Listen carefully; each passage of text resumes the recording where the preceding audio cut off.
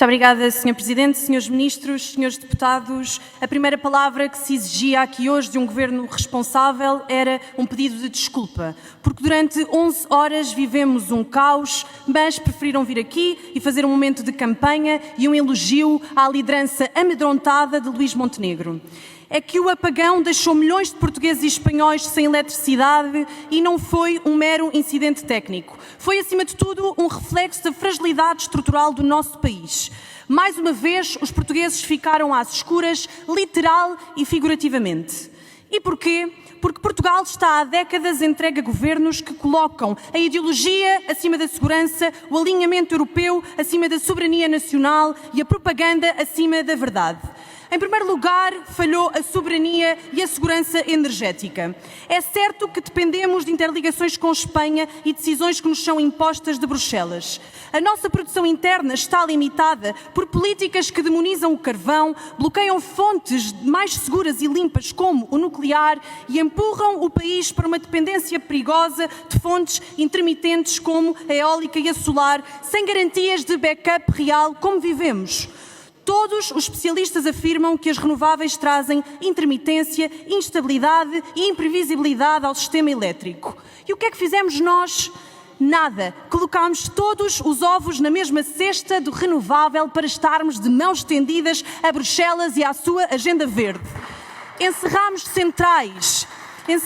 centrais de Sines e do Pego sem garantir alternativas fiáveis e estáveis. E quando a rede ibérica falhou, ficámos de mãos atadas.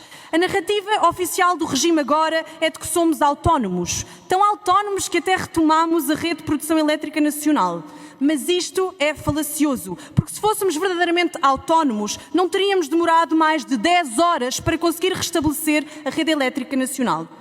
E sobre segurança energética, um país com a dimensão de Portugal não pode ter apenas 2 centrais com capacidade Black Start. Quando os portugueses pagam uma das faturas energéticas mais caras da Europa, o que exigem é não ter quebras e falhas desta dimensão.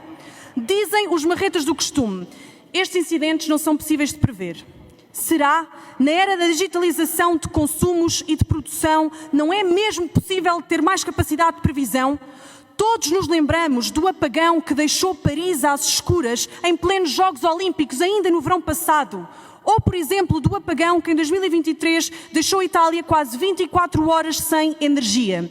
Será que a classe política portuguesa é assim tão amadora para não compreender as fragilidades da rede elétrica do sul da Europa? Um país que não consegue manter o controle sobre a sua própria produção energética é um país refém. E Portugal tornou-se refém das decisões que são tomadas em Madrid ou em Bruxelas. Meus caros, isto não é transição energética, é submissão energética e numa altura de tensões geopolíticas emergentes, não há melhor apoio aos aliados do que sabermos bastar-nos a nós mesmos nas horas mais críticas. Em segundo lugar, falhou a comunicação política. Durante 4 horas o Primeiro-Ministro manteve o silêncio. Os cidadãos não sabiam o que estava a acontecer e circulavam versões contraditórias.